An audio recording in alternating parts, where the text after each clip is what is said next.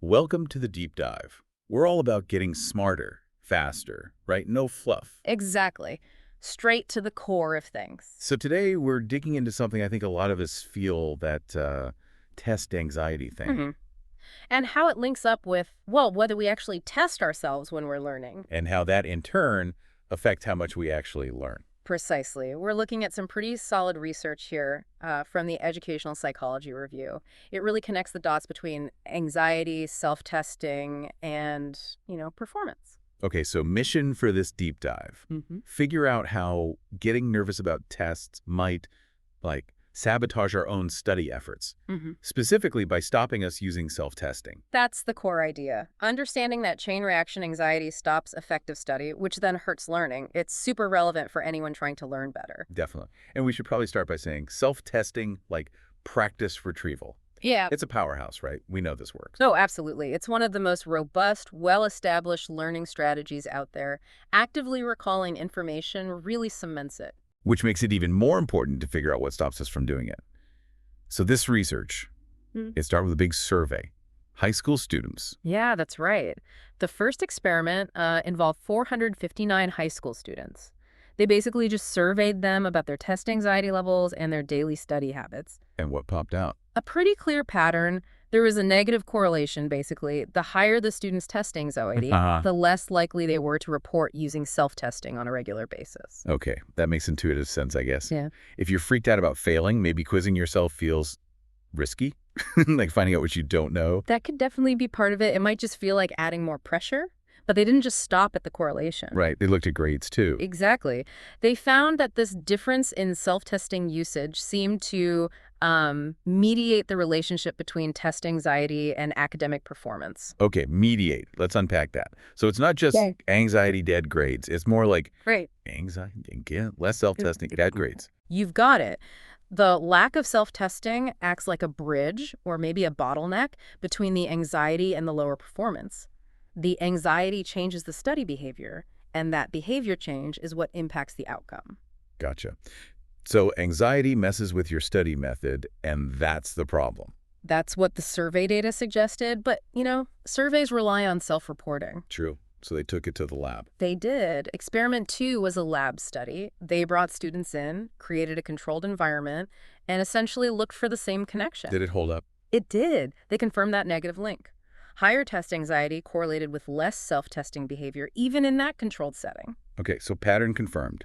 Anxiety up, self-testing down. Hmm. But what about, real exams? Does the importance of the test matter? Great question. That's exactly where they went next. Experiment 3 looked at test stakes, how much the test actually mattered. High stakes versus low stakes.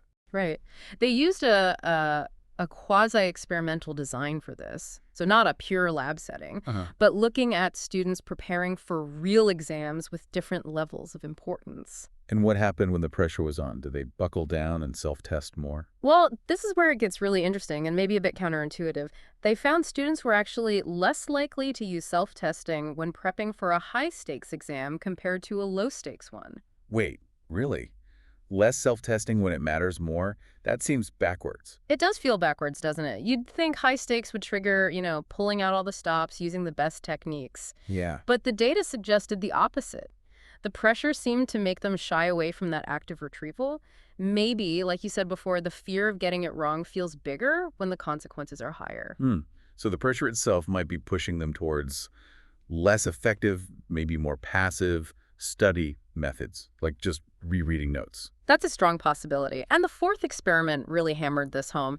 They replicated the finding high stakes led to less self-testing. But crucially, they also showed that this reduction in self-testing was the reason the students learned less well for the high-stakes test. Ah, so they connected it directly to the learning outcome. High stakes, Right. less self-testing, worse performance. The chain is complete. Exactly. The high stakes didn't just make them anxious, it changed their behavior in a way that actively hurt their learning for that important test. Wow. Okay, so why? Why does pressure make us avoid one of the best ways to learn? Did they look into the mechanism? Yes, that was experiment 5. They wanted to understand the psychological trigger. They focused on something called state anxiety. State anxiety.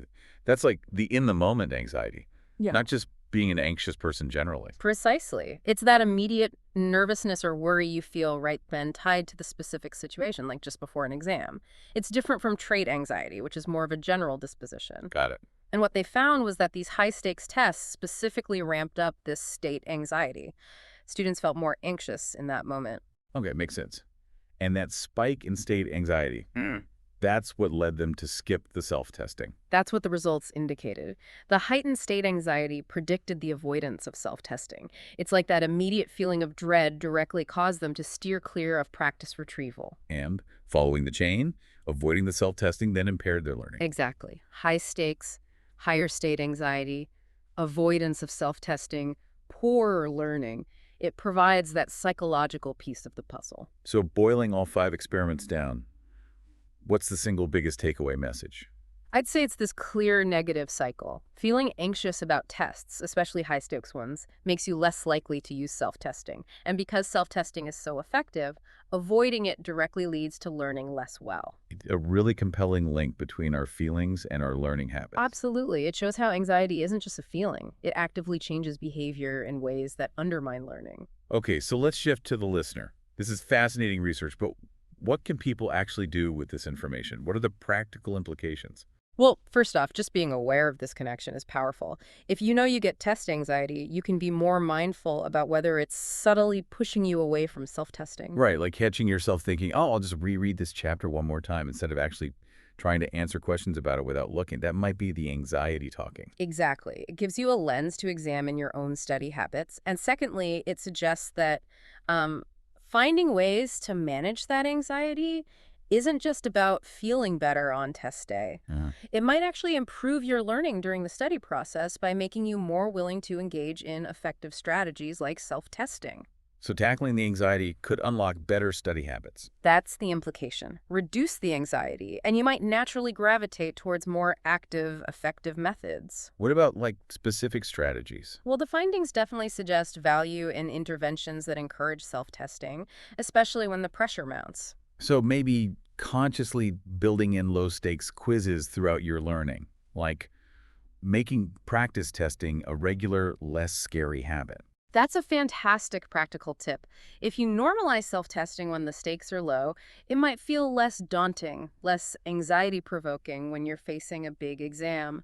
You build confidence and familiarity with the process. Yeah, desensitizing yourself to that feeling of, uh-oh, I don't know this yet. Precisely. It's about making retrieval practice a standard part of the routine, not just something you do when you're panicking. Okay, so summing it all up, that anxious feeling about tests isn't just in your head. Well, it is, but it has real consequences. It can actively block you from using self-testing, one of the best tools for learning, and that hurts your results. That's the core insight, yeah. Our emotions and our cognitive strategies are deeply intertwined. So a final thought for everyone listening. Knowing this now, what's one small thing you can maybe tweak in how you study? Could you work on managing that pre-test stress a bit more? Or maybe just commit to doing a little bit more self-testing even? Or especially when things feel high pressure? It's definitely food for thought. And, this research also just reminds us how complex learning is. There's this whole interplay of psychological factors and study techniques. Lots more to explore there.